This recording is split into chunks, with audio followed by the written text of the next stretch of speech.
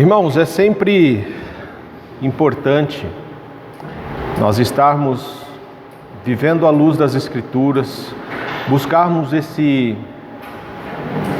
aprofundar nas Escrituras, como temos estudado, nas últimas sextas-feiras a respeito de santidade. Uma pessoa que não tem intimidade com a palavra de Deus, que não busca a leitura, não busca uma vida de se aprofundar nas Escrituras, dificilmente essa pessoa vai ter uma vida de santidade. Porque a palavra do Senhor é a verdade nas nossas vidas e é ela quem santifica os nossos corações. Hoje nós vivemos uma realidade de um país doente, de pessoas doentes e de igrejas doentes. E doentes porque eles faltam uma visão da glória de Deus, da santidade de Deus. Nós estamos tão preocupados muitas vezes com as coisas ao nosso redor, as circunstâncias, as situações, ao nosso contexto, que nós tiramos os olhos de Deus. Nós não temos olhado para o Senhor, nós não temos nos importado em conhecer e prosseguir em conhecer o Senhor. E isso tem nos deixado doentes, porque nossa natureza já é uma natureza doente. A nossa natureza é uma natureza pecaminosa. E essa natureza já nos impede de sermos santos completamente, de sermos perfeitos, porque ela está na raiz da nossa vida. E quanto menos nós olhamos para o Senhor, quanto menos nós buscamos a Deus, mais doentes nos tornamos. Pessoas mais rancorosas, mais amargas, pessoas que só conseguem olhar o lado ruim da vida e das pessoas. Por isso eu quero convidar vocês, irmãos, a abrir hoje a palavra do Senhor Isaías no capítulo 6. Isaías capítulo 6. Esse é um dos textos que eu sou apaixonado, irmãos. Gosto demais de Isaías 6. Um texto que me traz de volta a grandeza de Deus e a santidade dele. Isaías capítulo 6. É um texto que traz à mente, que traz à memória tantas coisas, irmãos. Quando eu leio este texto, eu me lembro da soberania de Deus, eu me lembro da responsabilidade humana, e eu me lembro que tudo isso se faz presente através de uma experiência de adoração. A soberania de Deus, a responsabilidade humana, nos são revelados a partir de uma experiência de adoração. O texto de Isaías 6 nos diz assim: no ano em que o rei Uzias morreu, eu vi o Senhor. Ele estava sentado em um trono alto e a borda do seu manto enchia o templo. Acima dele havia serafins, cada um com 6 asas. Com 2 asas cobriam o rosto, com 2 asas cobriam os pés, e com 2 asas voavam. Diziam em alta voz uns aos outros: Santo, Santo, Santo é o Senhor dos exércitos, toda a terra está cheia da sua glória. Suas vozes sacudiam o templo até os alicerces, e todo o edifício estava cheio de fumaça.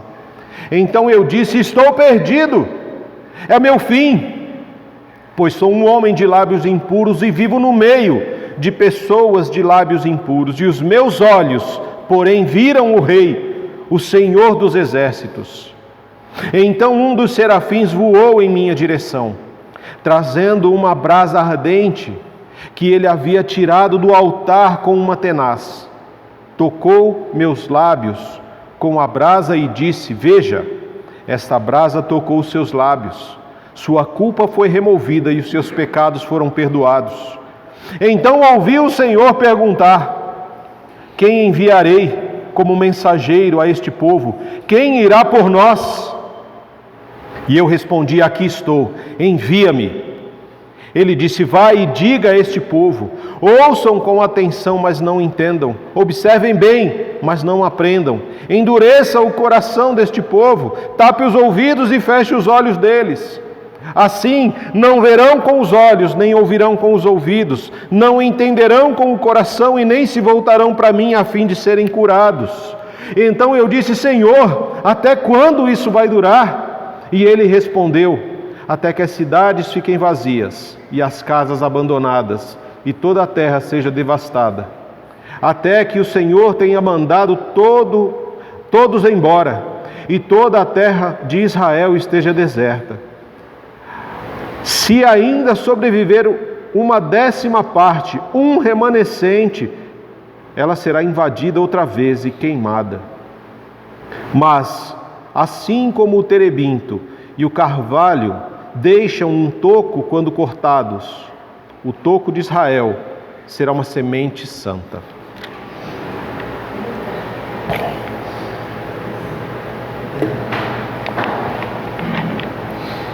Esse texto começa nos lembrando ou nos falando sobre um acontecimento político. Um acontecimento político.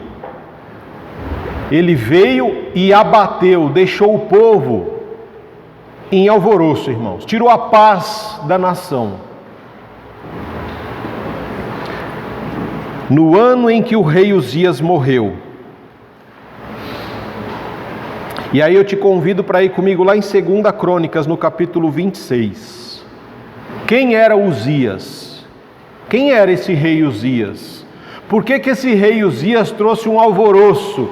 Por que esse rei Uzias foi o alvo da primeira fala aqui de Isaías, quando ele diz: olha, no ano em que o rei Uzias morreu, eu vi o Senhor. Isso nos leva a crer que até o rei Uzias morrer, o profeta Isaías não tinha visto o Senhor. 2 Crônicas, capítulo 26, vai nos dizer quem era o rei Uzias. O rei Uzias, ele, como um adolescente de 16 anos, irmãos, ele foi chamado. Ele recebeu um chamado para assumir o reino de Judá. No tempo em que o rei Uzias assumiu o reinado, o profeta que estava ali naquele momento sendo usado por Deus era o profeta Zacarias. Zacarias era o profeta que ensinou o rei Uzias a temer a Deus, conforme o verso 5 de 2 Crônicas, no capítulo 26. Sempre que havia um rei, havia um sacerdotes e também havia um profeta. E esse profeta, no caso, era Zacarias, que ensinou Uzias a temer a Deus, a ser reverente ao Senhor, a obedecer à voz de Deus. E é interessante que, verso 3, diz que Uzias tinha 16 anos quando ele começou a reinar, e ele reinou por 52 anos, irmãos. Sua mãe era chamada de Jacolias e ela era de Jerusalém. Olha o destaque do verso 4. Uzias fez o que era certo aos olhos do Senhor, como seu pai Amazias. Uzias buscou a Deus durante a vida de Zacarias, que ensinou a temer a Deus. Enquanto o rei buscou a direção do Senhor, Deus lhe deu êxito. Então olha o detalhe. Ele diz que enquanto o rei buscou a direção do Senhor, o Senhor o abençoou. No final do verso 5. Enquanto Uzias buscou ao Senhor, enquanto Uzias temeu a Deus, ele foi abençoado. E o povo foi abençoado através da vida desse rei.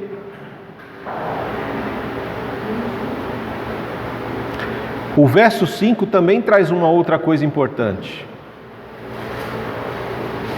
Uzias buscou a Deus durante a vida de Zacarias. O que isso nos remete? O que isso nos faz entender?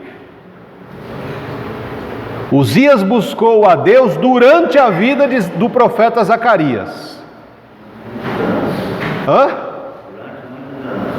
Durante alguns anos. Mas o Zacarias morreu. E o que acontece quando o profeta morre?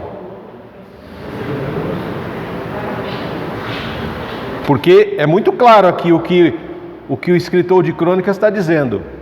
Uzias buscou a Deus durante a vida de Zacarias. A vida de Zacarias está aqui. Enquanto Zacarias estava aqui, Uzias buscou a Deus, Uzias temeu a Deus, Uzias ouvia a voz de Deus. Zacarias morreu. E daqui para frente? Não tinha mais o Zacarias. E aí é onde entra o grande problema, irmãos. Porque o texto vai dizer para nós, do verso 6 até o verso 15,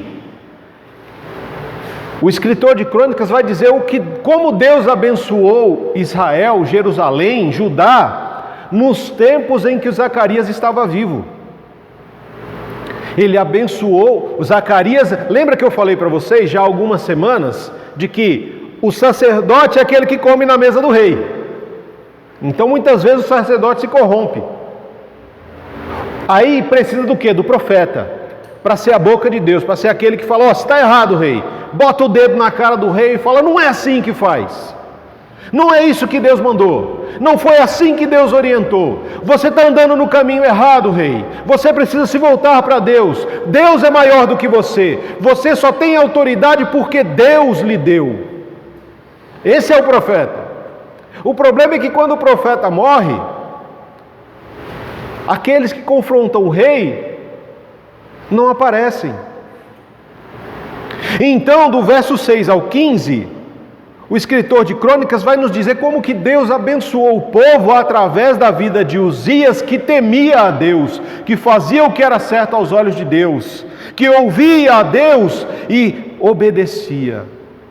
Ele vai falar de muitas questões aqui, de exércitos, que Deus multiplicou o exército, Deus fez com que eles construíssem catapultas. Na época, catapulta era uma grande arma de guerra.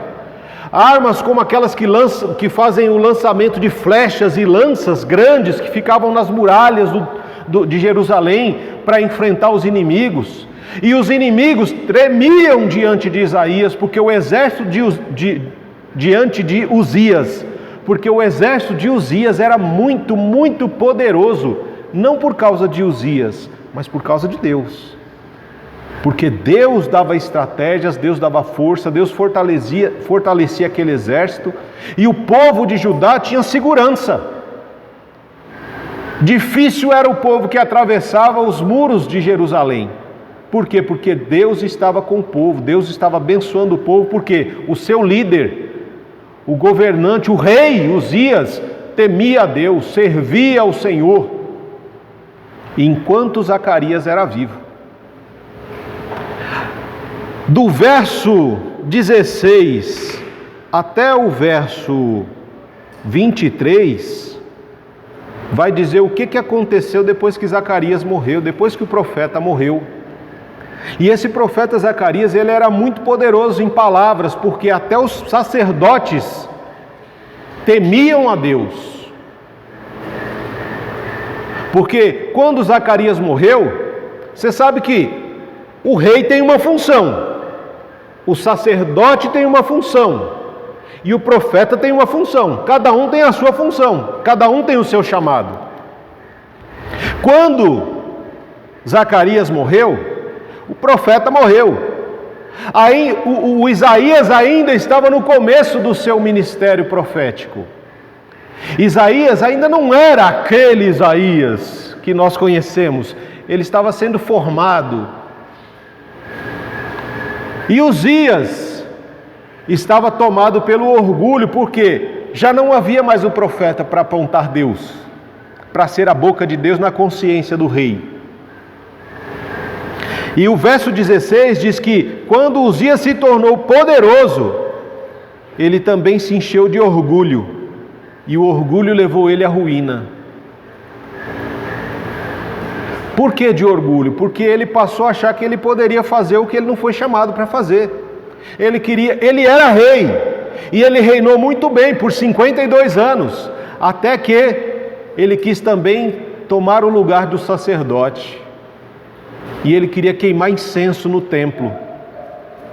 E eu falo que o profeta Zacarias foi tão forte nessa passagem, porque nós vemos que no verso 17, o sacerdote Azarias foi atrás de Uzias com outros 80 sacerdotes, todos homens corajosos, confrontaram o rei Uzias e disseram: não cabe a você, Uzias, queimar incenso ao Senhor. Isso é tarefa somente dos sacerdotes descendentes de Arão, consagrados a esse trabalho. Saia do santuário, pois você pecou. O Senhor não te honrará. Uzias segurava um incensário e ficou indignado, irado, bravo demais. Enquanto ele demonstrava sua raiva contra os sacerdotes diante do altar de incenso no templo do Senhor, apareceu lepra na sua testa.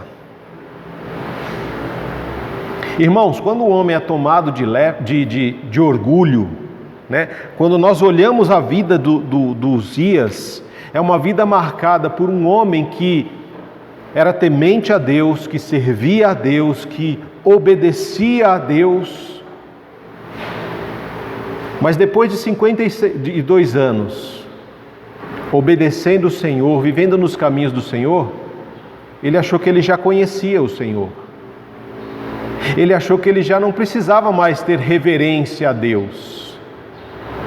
Ele achou que ele já tinha intimidade suficiente para queimar incenso e fazer o que ele não foi chamado para fazer. Ele foi tomado por orgulho, por vaidade, por arrogância. Sabe que? Deixa eu dar um exemplo para você entender um pouquinho. Sabe quando você está namorando? Né? E aí quando você namora, você não arrota perto da sua esposa, do seu marido, né? Você não peida perto dele, dela. Por quê? Porque você respeita, né? Tem aquela coisa, nossa, né? O que eu ou ela vai pensar de mim? Aí chega um momento, depois que casa, alguns perdem o respeito. Antes de casar, né, a namorada faz aquela comidinha no domingo, né, que você vai comer na casa da namorada, comida ruim, mas você não vai falar que é ruim, porque, né, você come aquele negócio, você come 2 garfadas, enche a boca e toma uma golada de suco para descer. Mas você não... E pergunta, como é que está a comida? Nossa, tá uma delícia, né, tá uma maravilha. Aí depois que casa, aí você acha que já tem toda a intimidade possível. Aí você começa a revelar coisas que estavam escondidas e que você não revelou no namoro. Aí você acaba de comer daquele... Parece um porco, né?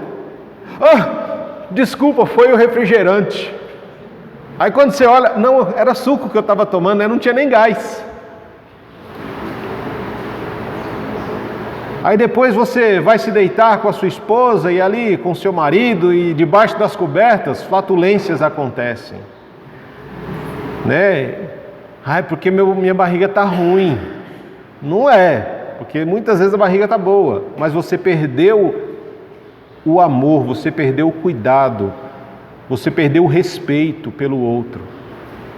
E quando a gente perde o respeito pelo outro, o relacionamento começa a ruir. Porque nós achamos que já temos intimidade demais. Então, posso fazer, posso acontecer, né? Posso ir no banheiro de porta aberta, posso fazer, né? Assim também, eu trouxe esse exemplo para ficar um pouco mais claro para a gente entender quando nós perdemos o respeito, a reverência e o cuidado com o outro. Uzias perdeu isso. E quando ele perdeu isso, ele começou a revelar aquilo que estava no coração dele, que ele escondeu por 52 anos. Por quê? Porque ele era confrontado constantemente com um Deus santo, com um Deus poderoso, através da vida de Zacarias. Mas quando ele se afastou daquele homem que mostrava e revelava Deus a ele, ele começou a dar vazão aos desejos do seu coração. E o seu orgulho, a sua ira, a sua vaidade, fizeram com que ele se tornasse um homem extremamente fora do propósito de Deus. Um homem que resolveu fazer aquilo para o qual ele não foi chamado. E quando um inimigo se levanta diante de Deus, em orgulho, vaidade, arrogância, raiva, porque a palavra fala, né, que ele explanava toda a sua raiva ali diante dos sacerdotes que diziam a ele: você não foi chamado para isso. Só os sacerdotes consagrados a Deus, da descendência de Arão, são chamados a queimar incenso no altar do Senhor.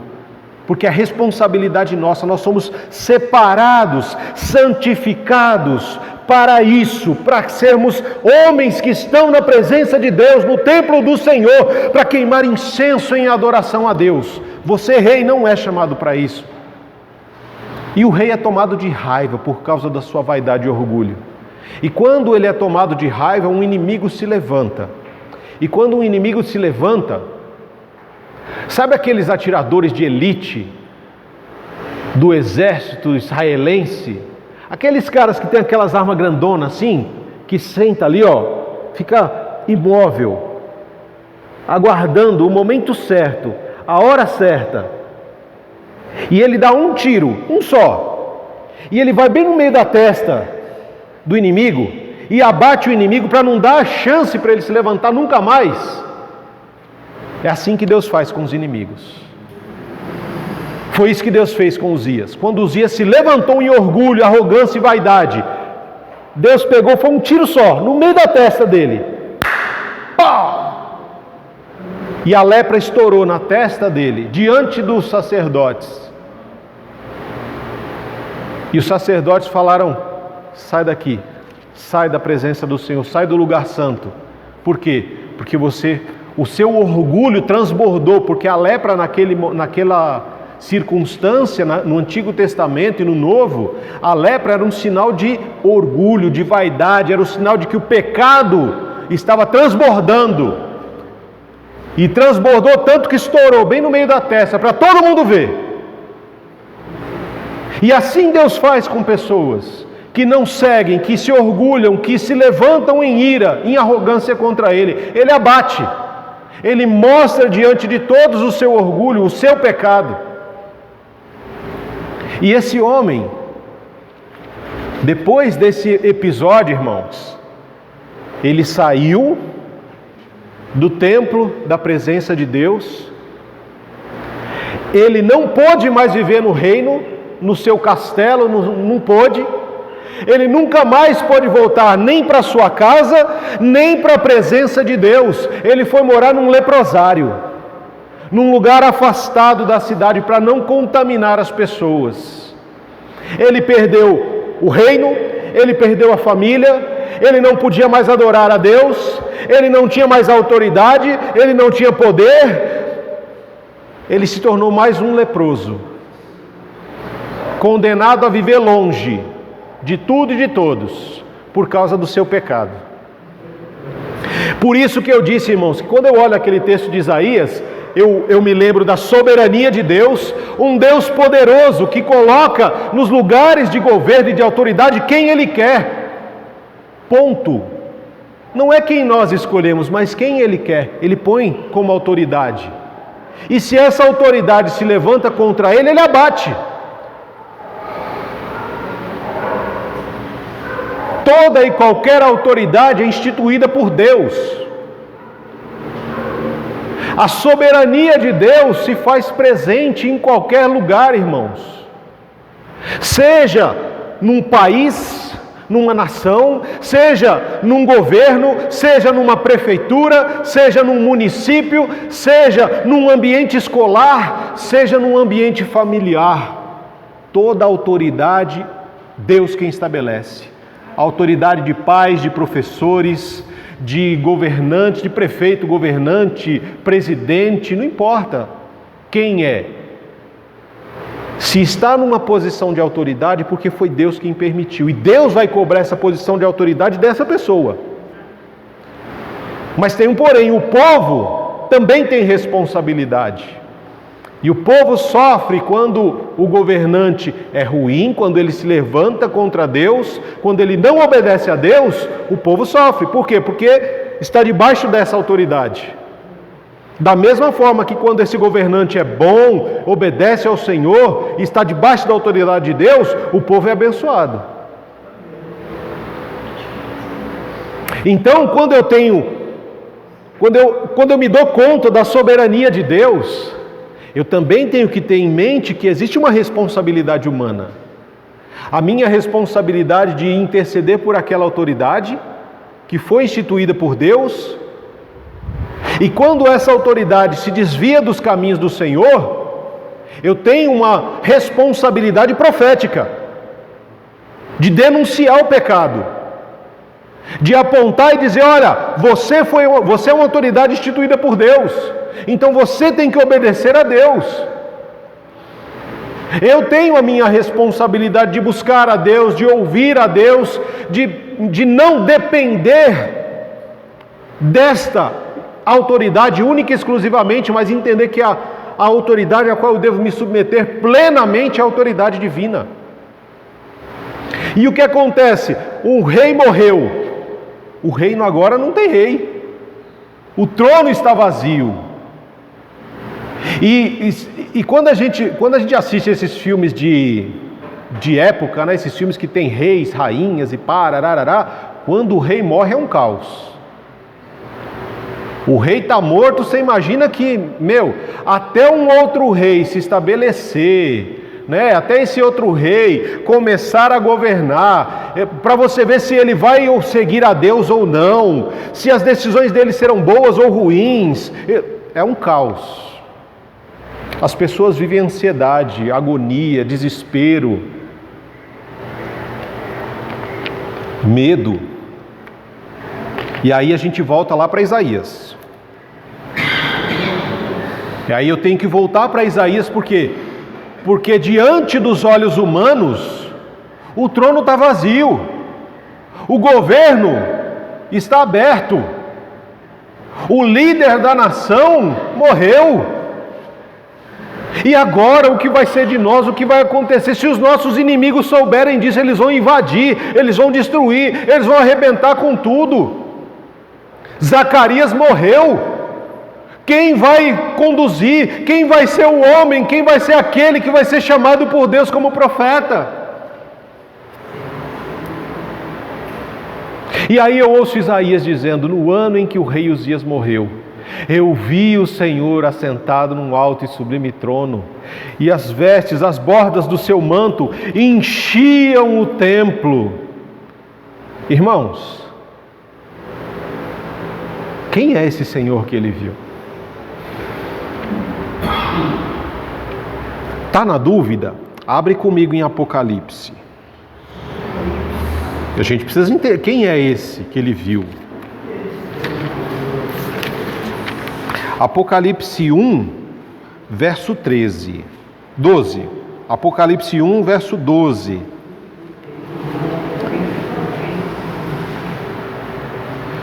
Quando me voltei para ver quem falava comigo, vi 7 candelabros de ouro. E aí, ó só, aqui começa a dizer quem é que Isaías viu. E em pé entre eles havia alguém semelhante ao Filho do Homem. Vestia um manto comprido com uma faixa de ouro sobre o peito. A cabeça e os cabelos eram brancos como lã e a neve, e os olhos como chamas de fogo. Os pés eram como bronze polido, refinado numa fornalha, e a voz ressoava como fontes de ondas do mar. Na mão direita tinha 7 estrelas, e de sua boca saía uma espada afiada de 2 gumes, nos 2 lados.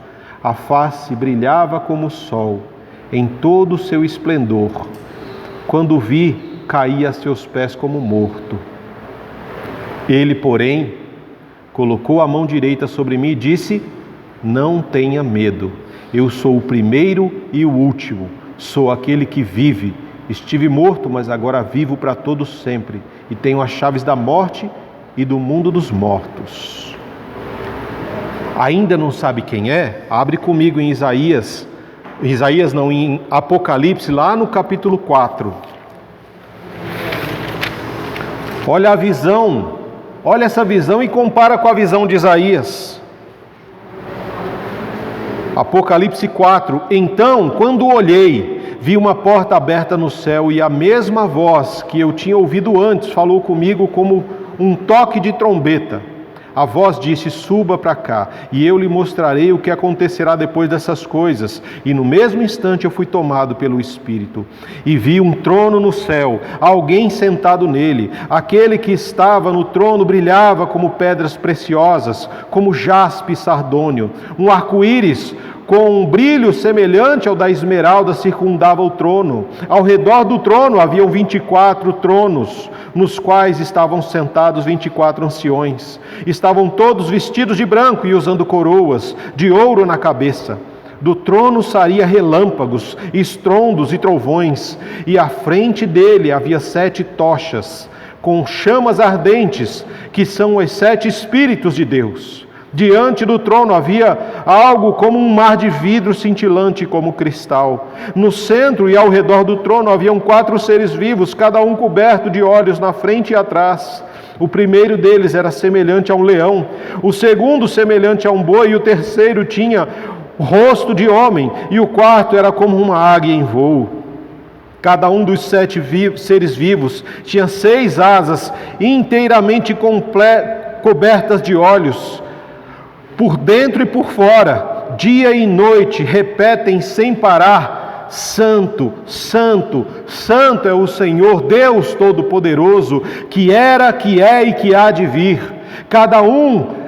Cada vez que os seres vivos dão glórias, honras e graças ao que está sentado no trono, aquele que vive para todo sempre, os 24 anciãos se prostravam e adoravam o que está sentado no trono. Aquele que vive para todo sempre, colocam suas coroas diante do trono e dizem: Tu és digno, ó Senhor, nosso Deus, de receber glória, honra e poder, pois criaste todas as coisas. Elas existem porque as criaste segundo a tua vontade. Essa é a visão da glória de Deus, essa é a visão da santidade de Deus. É esse tipo de visão, irmãos, que eu e você precisamos ter quando fazemos o quê? Adentramos o templo, a presença do Senhor. Quando Isaías, um jovem ainda, Isaías era um menino ainda, quando ele é chamado para ser um profeta, para ser boca de Deus no meio do povo, no lugar de Zacarias, aquele homem que havia ensinado por 52 anos o rei Uzias a temer a Deus, e agora esse homem estava morto. E quem era o próximo? Quem seria o próximo profeta a ser chamado por Deus? O profeta Isaías. E ele foi chamado a ser boca de Deus porque nos tempos em que Uzias morreu, o que aconteceu com o governo, com o povo? Se você ler Isaías do capítulo 1 a 5, você vai ver o caos que se tornou Judá. Judá havia se tornado um caos, irmãos. Os poderosos assumiram, os pobres estavam sendo massacrados, não havia mais justiça, a violência tinha tomado conta de Judá. A adoração a Deus, irmãos, a adoração a Deus virou um caos, virou uma vergonha. Abre comigo em Isaías no capítulo 1. Olha o que o Senhor fala pela boca de Isaías, para que nós possamos entender como que estava a adoração naquele momento. Deus diz assim, Isaías capítulo 1, a partir do verso 11: O que faz vocês pensarem que eu desejo seus sacrifícios? Diz o Senhor. Eu estou farto de holocaustos, de carneiros, de gordura de novilhos gordos. Não tenho prazer no sangue de touros, de cordeiros ou bodes. Quem foi que pediu para vocês? Quem lhes pediu que fizessem esse alvoroço por meus pátios quando vêm me adorar? A adoração virou uma bagunça, uma zona, irmãos. Parem de trazer ofertas inúteis. O incenso que oferecem me dá náuseas. As suas festas de lua nova, seus sábados, seus dias especiais de jejum são pecaminosos e falsos. Não aguento mais as reuniões solenes de vocês. Eu odeio as suas festas de lua nova e celebrações anuais. São um peso para mim. Não as suporto. Não olharei para vocês quando vocês levantarem as mãos para orar e ainda que ofereçam sacrifícios e orações, não as ouvirei, pois as suas mãos estão cobertas de sangue. Lavem-se, limpem-se, removam seus pecados da minha vista e parem de fazer o mal. Aprendam a fazer o bem e busquem a justiça. Ajudem os oprimidos, defendam a causa dos órfãos, lutem pelos direitos das viúvas. Venham, vamos resolver esse assunto, diz o Senhor. Embora os seus pecados sejam como a escarlate, eu os tornarei brancos como a neve. Embora sejam vermelhos como o carmesim, eu os tornarei brancos como a lã. Se estiverem dispostos a me obedecer, terão comida com fartura.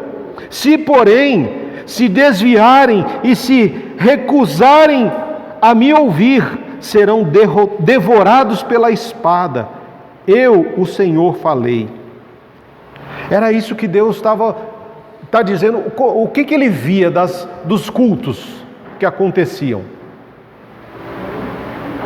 A oferta do povo dava náuseas em Deus. Deus estava com náusea, estava enjoado de ver aquilo. Deus não queria ofertas de animais, gordura.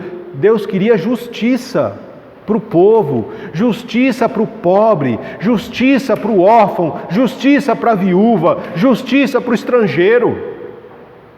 E é isso que ele pede para nós. No momento de caos e de desespero, eu não tenho que pensar, eu vou votar no A, eu vou votar no B, porque o A vai resolver os nossos problemas, o B vai resolver os nossos problemas. Eu tenho que buscar o quê? Quem está sentado no trono? No momento de desespero do povo, da nação, o trono está vazio, e agora o que a gente faz? Alguém tem que buscar ao Senhor para saber, para ver. Imagina, irmãos, essa igreja fechada, o caos tomando conta, e aí Deus chama você para que você venha ao templo. E quando você abre a porta do templo, um coração tomado de medo, de desespero, de incertezas, de dúvidas, de angústias, de mágoas, porque tudo isso envolve a nossa vida à medida que nós somos tomados por esses momentos de incerteza. Porque se você fala que vai votar em A, você é condenado. Se você fala que vai votar em B, você também é condenado.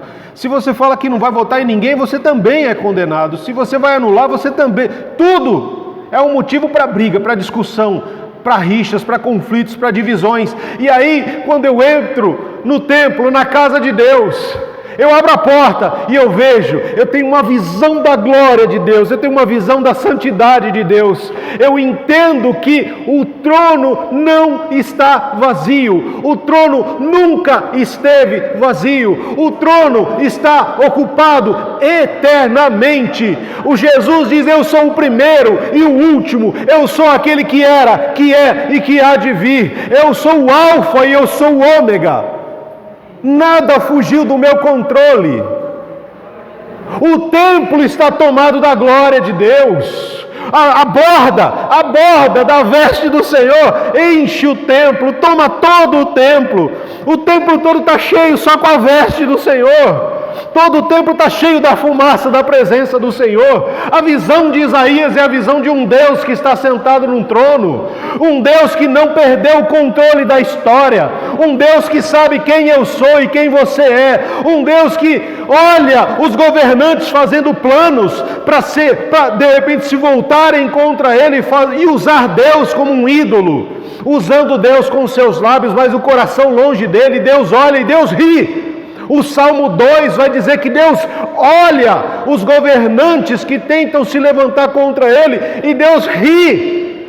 Deus ri, porque é ridículo que seres humanos tentem tomar o lugar de Deus no trono. É ridículo.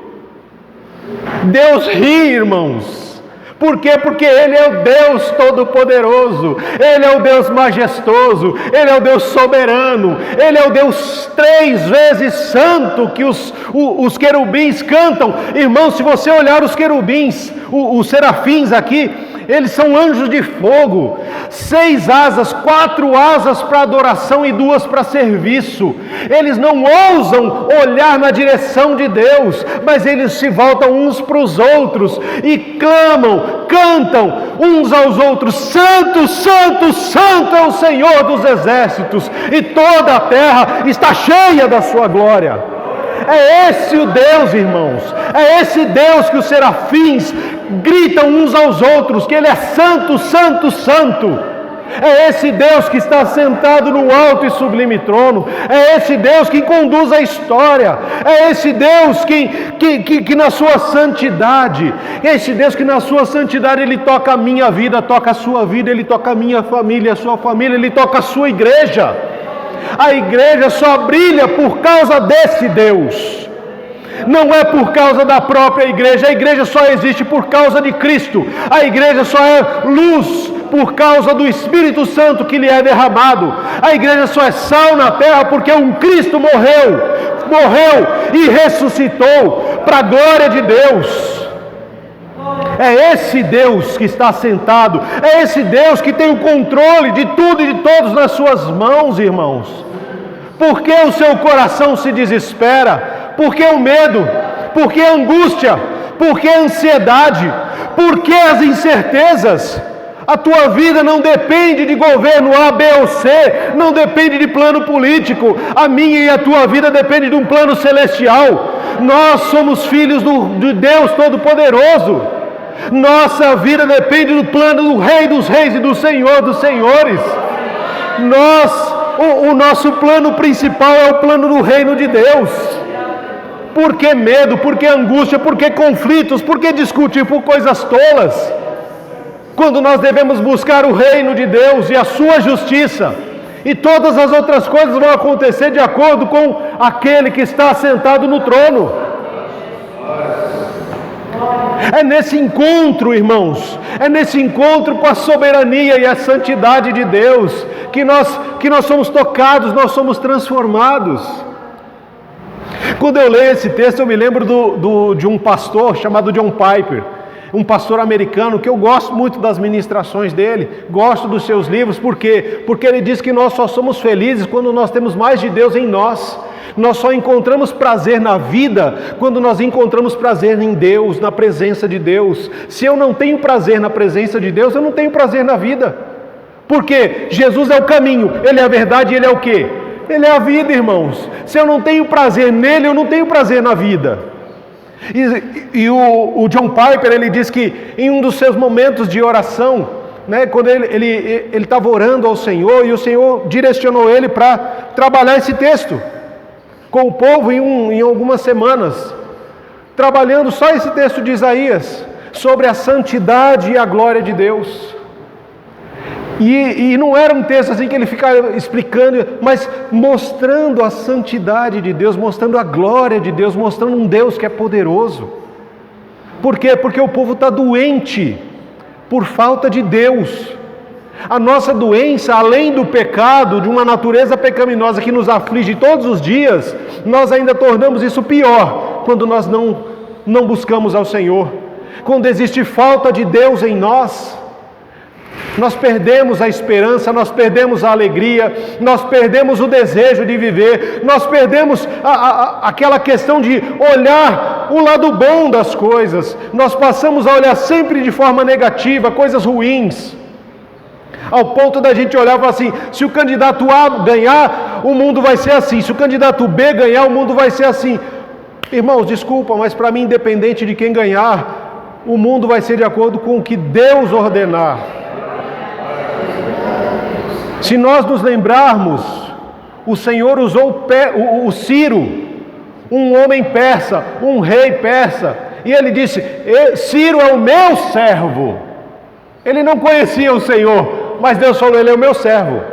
Por quê? Porque não importa de onde ele é, aonde ele tem autoridade, se ele tem autoridade é porque eu dei. Então ele vai me servir, vai servir aos meus propósitos. E foi exatamente o Ciro que abriu a questão do povo de Israel, que viveu por 70 anos preso na escravidão, voltar para Jerusalém e reconstruir o templo. Por quê? Porque não importa quem é a autoridade, tem que servir ao Senhor. Vai servir aos propósitos de Deus. Por quê? Porque Deus ouve a oração do povo. A voz do povo não é a voz de Deus.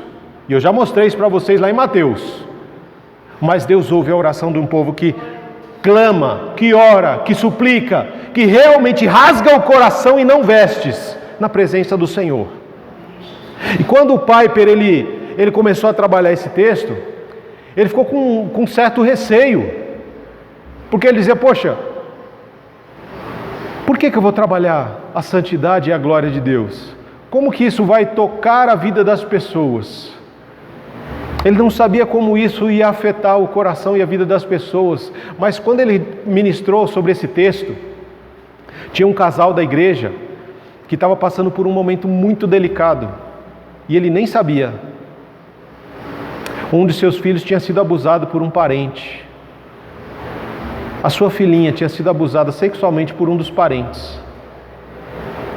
E isso tinha devastado a família. E ele não sabia daquilo. E naquela manhã ele ministrou nesse texto sobre a santidade e a glória de Deus. Um mês e pouco depois, esse pai chega para o Piper e diz assim: olha, talvez você não saiba, mas nós precisávamos muito saber que Deus é poderoso, que Deus é glorioso e que Ele está no trono e que Ele não perdeu o controle, que isso que aconteceu com a minha filha, Deus estava vendo. Deus não concorda com isso, e eu sei disso, porque Deus é santo. Mas foi exatamente por causa da santidade de Deus, é essa santidade que foi a rocha que nos sustentou nesse momento de caos. Foi saber que eu sirvo a um Deus que é santo, santo e santo. Um Deus que apenas a veste uma borda das suas vestes já enche todo o templo. Ele pode encher o meu coração, Ele pode encher a minha vida, e Ele pode nos acalentar, nós podemos ouvir a voz dEle dizendo: olha, não tenha medo, eu não perdi o controle das coisas, e vocês estão na palma das minhas mãos, assim como esse seu parente, e no tempo devido as coisas hão de acontecer. Os julgamentos hão de acontecer, e aqueles que vão receber o julgamento vão recebê-los no tempo devido. No momento presente, o sofrimento que vocês estão passando é para a glória de Deus, porque é diante desses momentos de caos, de dificuldade, de dor, de que parece que nós perdemos o chão, que Deus coloca as mãos embaixo e diz: olha, eu que te sustento, sou eu quem te seguro, você não vai cair porque eu tenho você na palma das minhas mãos. E quando Isaías chega à presença desse Deus, e ele vê o Senhor assentado num alto, sublime trono, ele ouve a voz dos serafins cantando: Santo, Santo, Santo é o Senhor, o Deus Todo-Poderoso. Irmãos, aquilo leva Isaías ao desespero, porque ele era apenas um jovem chamado a ser profeta, um jovem chamado a ser boca de Deus, mas tinha um problema. Senhor, os meus lábios são impuros, e eu vivi uma vida inteira no meio de gente com os lábios impuros. Quantos de nós vivemos no meio de povo com lábios impuros? Quantos de nós temos os lábios impuros? E quando os nossos lábios estão impuros é porque o nosso coração, irmãos, está doente. O nosso coração está impuro, o nosso coração está longe de Deus. A gente fala que adora a Deus, mas o nosso coração está longe. E aí quando é revelada a santidade de Deus, a glória de Deus, irmãos, o Isaías grita: ai de mim que sou pecador, ai de mim que sou pecador, tem misericórdia de mim, Senhor, porque os meus lábios são impuros, e eu vi o Rei. Eu vi o Senhor assentado num alto e sublime trono. Eu tive uma visão da glória de Deus. Eu vou ser consumido, e ele sabia disso, porque diante da santidade de Deus, o nosso pecado, irmãos, ele não pode habitar. Não pode habitar. Assim como eu olho e vejo ali Uzias, um homem que viveu 52 anos reinando, debaixo da poderosa autoridade e mão de Deus, e quando ele sai dessa poderosa mão de Deus, achando que ele pode agora tomar decisões da sua vida, sem consultar a Deus, ele pode tomar posições para as quais ele não foi chamado, se torna orgulhoso, vaidoso, ele perde a visão de Deus, ele perde a visão da santidade, da soberania, da glória de Deus, e ele acha que agora ele é o próprio Deus. E torna Deus o seu ídolo. Agora Deus vai fazer o que eu quiser. Por quê? Porque eu vou queimar incenso no altar. E Deus abate ele como um sniper extremamente experiente. A mira de Deus tem um treinamento de eternidade, irmãos. Ela nunca erra. Ela é certeira, ela é perfeita e ela é destruidora. Quando ela vem, ela arrebenta. Assim como ela veio na testa de Uzias, a palavra do Senhor e a revelação da sua santidade, da sua glória, veio como uma flecha no coração de Isaías. E quando ela acertou o coração de Isaías, ele disse: ai! Ai! Ai de mim, porque eu sou pecador. Os meus lábios são impuros, Senhor. O meu coração é impuro e ele foi estraçalhado agora. Porque os meus olhos viram a tua glória e a tua santidade. Eu vou ser destruído, eu vou ser consumido, Senhor. E é nessa hora, é nesse momento, é nessa experiência de adoração, irmãos. É nessa experiência de adoração que as coisas acontecem. É nessa experiência de adoração que a nossa vida é transformada. É nessa experiência de adoração que nós somos curados. É nessa experiência de adoração que nós somos perdoados. É nessa experiência de adoração que nós somos salvos. É nessa experiência de adoração, irmãos, que o nosso casamento é restaurado, que os nossos filhos são alcançados, que a nossa família é transformada, que é nessa experiência de adoração, irmãos, que todo joelho se dobra, que toda língua confessa que só o Senhor é Deus, que Ele é o Senhor e Salvador. Não adianta nós queremos um Jesus para ser só nosso Salvador, Ele precisa ser o Senhor da nossa vida. Ele tem que ser o nosso Senhor, porque se Ele não for o nosso Senhor, nós seremos destruídos como Uzias. Mas quando Ele é o nosso Salvador e é o nosso Senhor, nós seremos tocados, atingidos como Isaías, quando diante dele é revelado o seu pecado. E ali, irmãos, naquela experiência de adoração, existe primeiro um encontro entre o santo e um pecador miserável, condenado, que não merece nada, que não merece nem ser olhado por Deus. Essa experiência de adoração é essa experiência em que um pecador adentra um lugar santíssimo, a presença do Deus Todo-Poderoso, assentado num alto e sublime trono. Um Deus que os querubins, os serafins não olham para esse Deus. Irmãos, imagina, você consegue olhar para o sol? Você consegue ficar olhando para o sol, assim fixamente para o sol? Não, porque o brilho do sol, ele incomoda os nossos olhos, e se olhar muito, nós podemos chegar a ficar cegos pelos raios ultravioletas. Você imagina que o sol diante de Deus é uma vela, uma velinha, miudinha, um vagalume. O sol é um vagalume diante de Deus, do brilho de Deus.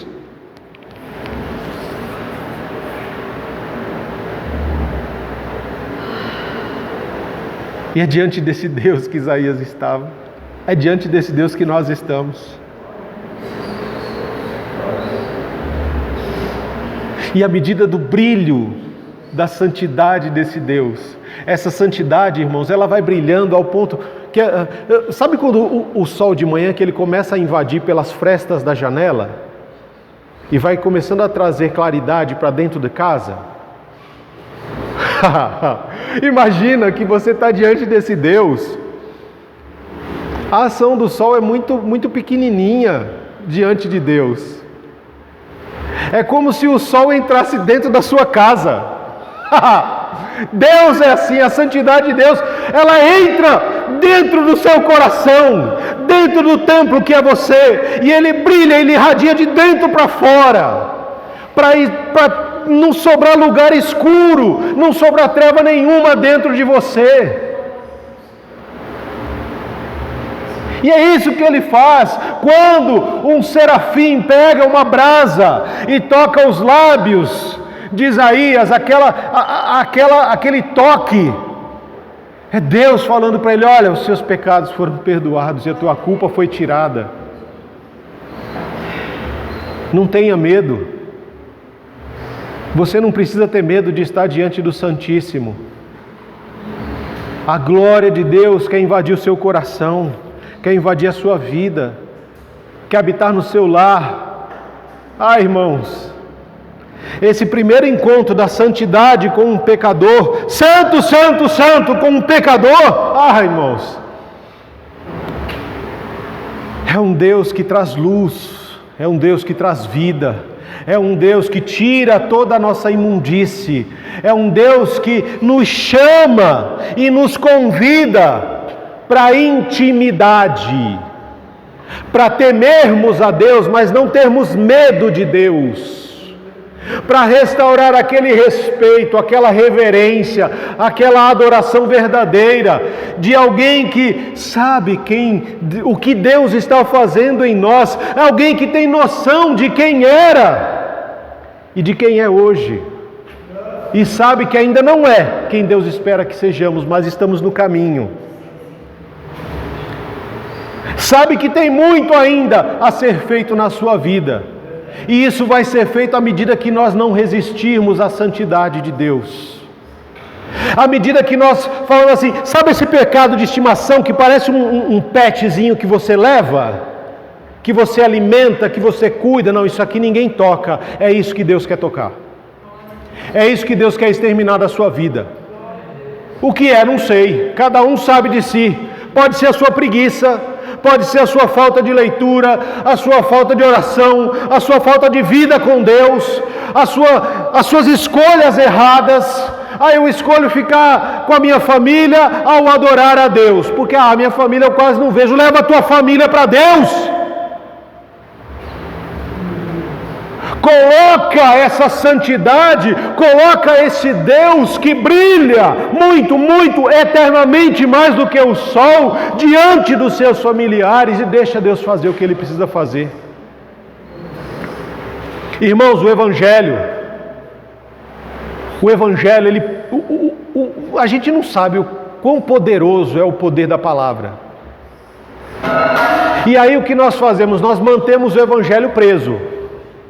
Deus me chama e te chama para a gente ir e anunciar, mas a gente mantém o Evangelho preso,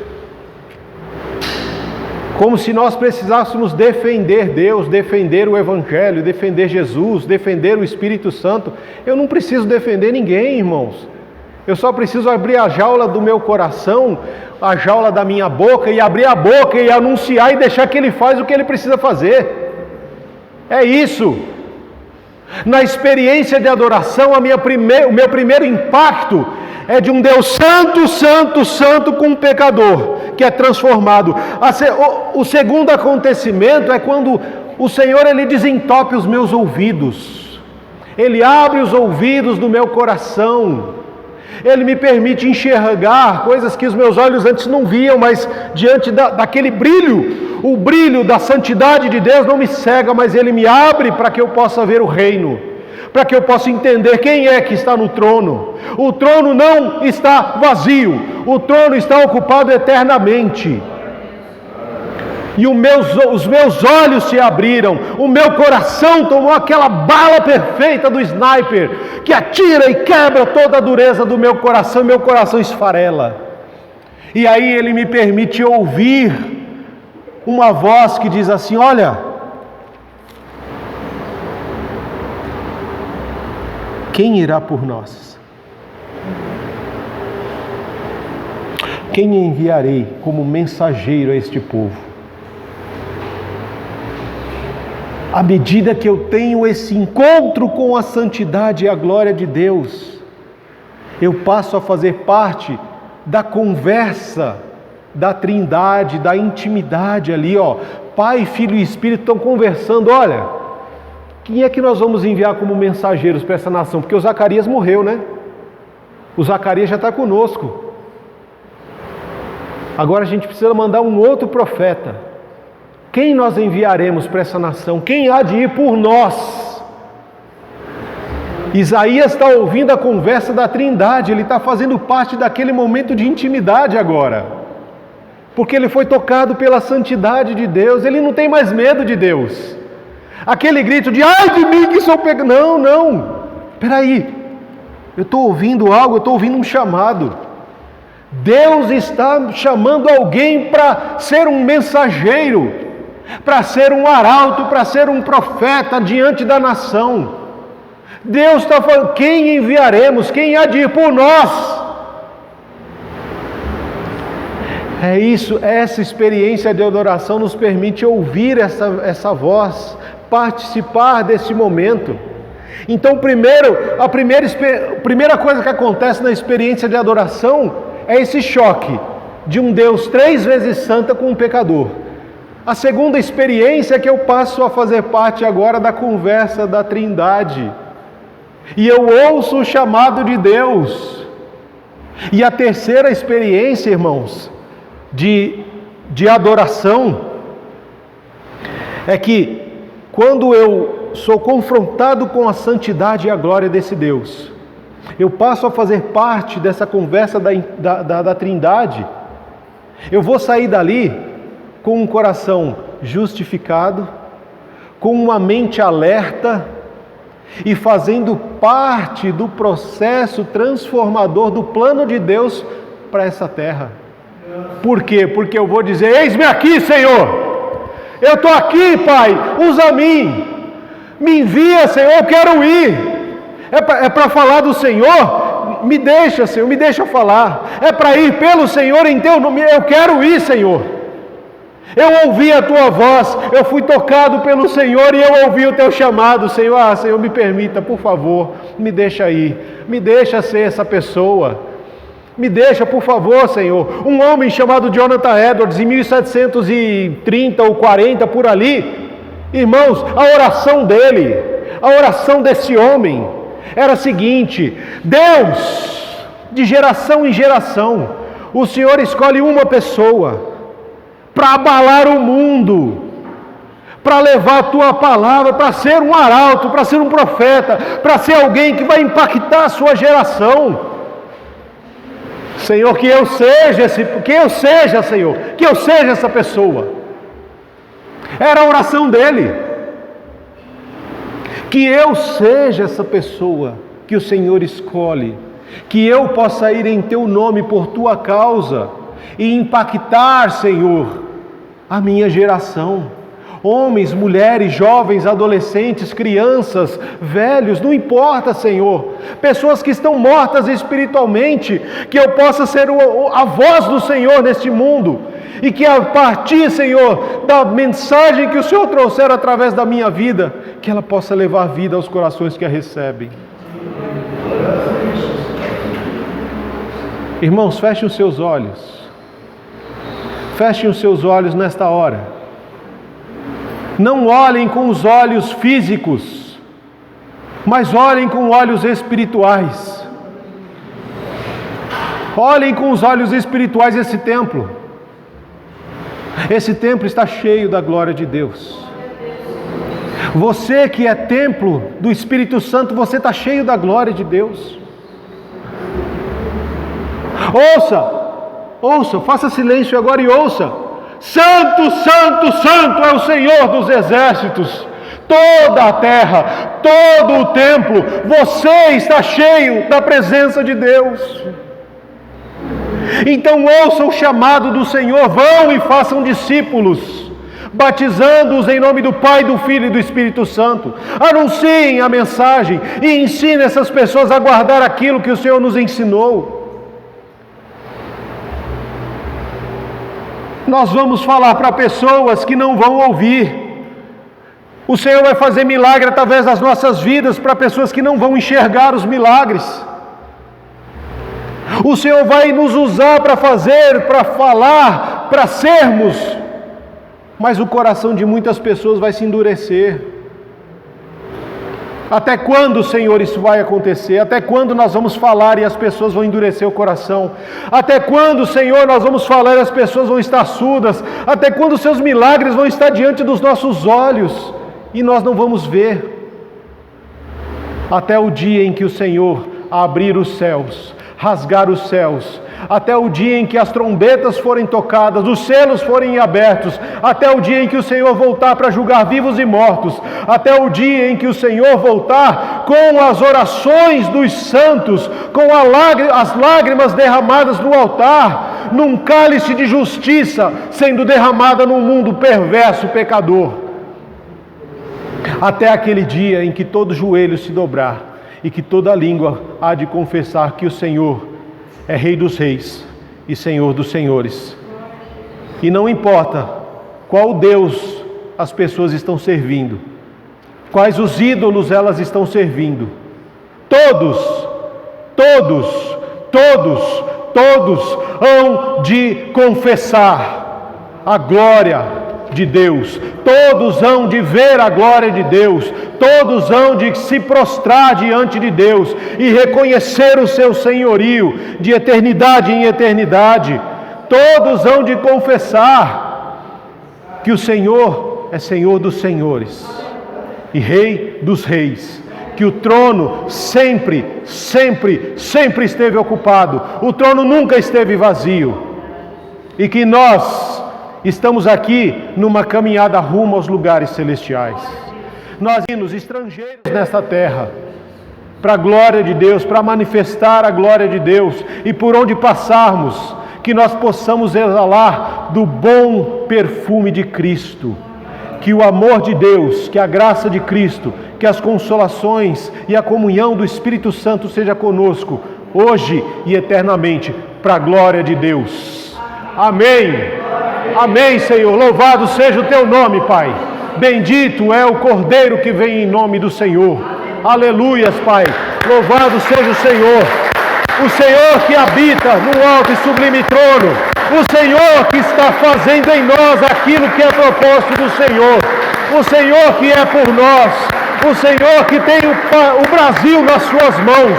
Louvado seja o Senhor, porque é o teu reino, é a tua glória, é a tua majestade que há de ser estabelecido. Aleluias!